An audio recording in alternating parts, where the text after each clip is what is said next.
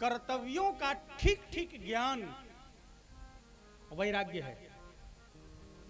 आपको अपने कर्तव्य का बोध हो और आप इस संसार में आए हैं तो आपके सामने बहुत सारे कर्तव्य हैं। जैसे एक माता विवाहिता, कोई कन्या विवाहिता होकर जाती है दूसरे घर में, तो उसके सामने कितने कर्तव्य खड़े होते हैं। पति है, देवर है, देवरानी है, जेठानी है, सास है, ससुर हैं, आने वाले पति के रिश्तेदार हैं, सबके प्रति उसके कर्तव्य है। और अगर सभी कर्तव्यों का पालन वो महिला नहीं करती तो उसको योग्य महिला नहीं कहा जाएगा।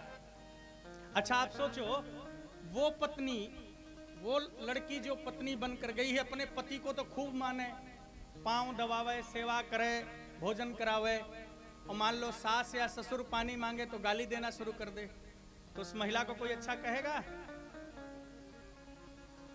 पति है परमात्मा, ध्यान दीजिए, पति है भगवान, उसकी सेवा अनिवार्य है, करना ही पड़ेगा क्योंकि वो पति है।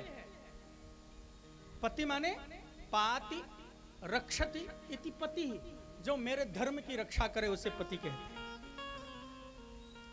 लेकिन उसी महिला की तरह जीवन इस संसार में जीना है आपको। परमात्मा पति है, उसकी सेवा करना है, उसकी पूजा करना है, उसकी आराधना करना है आपको। लेकिन केवल उसी की करेंगे और समाज में आप सबसे अलग हो जाएंगे तो आप योग्य व्यक्ति नहीं कहे जाएंगे। जैसे वो महिला अपने पति को तो सब कुछ माने, सेवा करे, पर घर में कोई रिश्तेदार आवे तो उनको गाली दे, भोजन न दे, सास पानी मांगे तो गाली दे,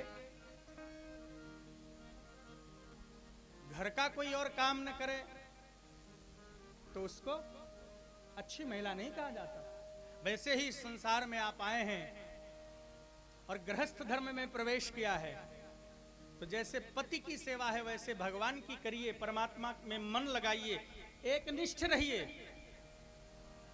लेकिन संग में और जो है उनकी सेवा भी करिए, उनका पालन करिए, उनका पोषण करिए,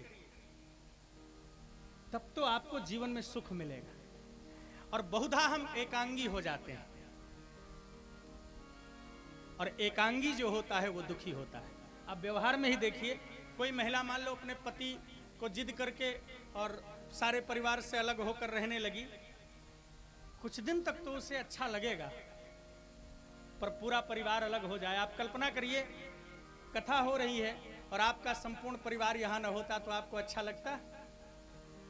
आपके बेटे का जन्मदिन हो और जन्मदिन अकेले ही मनाना पड़े, आपका परिवार, आपके रिश्तेदार न हो तो आपको कैसा लगेगा? आपको कोई दुख आ गया और आपका कोई अपना न हो उस समय, तो वो दुख कितना पहाड़ हो जाता है। अपनों का होना आवश्यक है। उसी तरह इस संसार में रहना है हम जीवों को, तो संग में भगवान भी होने चाहिए, और संग में ये जो भगवान ने हमें दिए हैं इनका भी साथ होना चाहिए। और जब हम दोनों पक्षों को ध्यान में रखेंगे तो हम सुखी और प्रसन्न रहेंगे। हम बहुधा एकांगी होते हैं या कि हम बिल्कुल ध्यान में तल्लीन हैं भगवान के, पर मन इधर भी लगा है। शरीर से तो हम अलग हो गए हैं, पर मन इधर भी लगा है, तो हम न उधर के रहेंगे न इधर के रहेंगे। या हम पूरा का पूरा संसार के बन गए, उधर भूल गए, तो भी हम सुखी नहीं रहेंगे।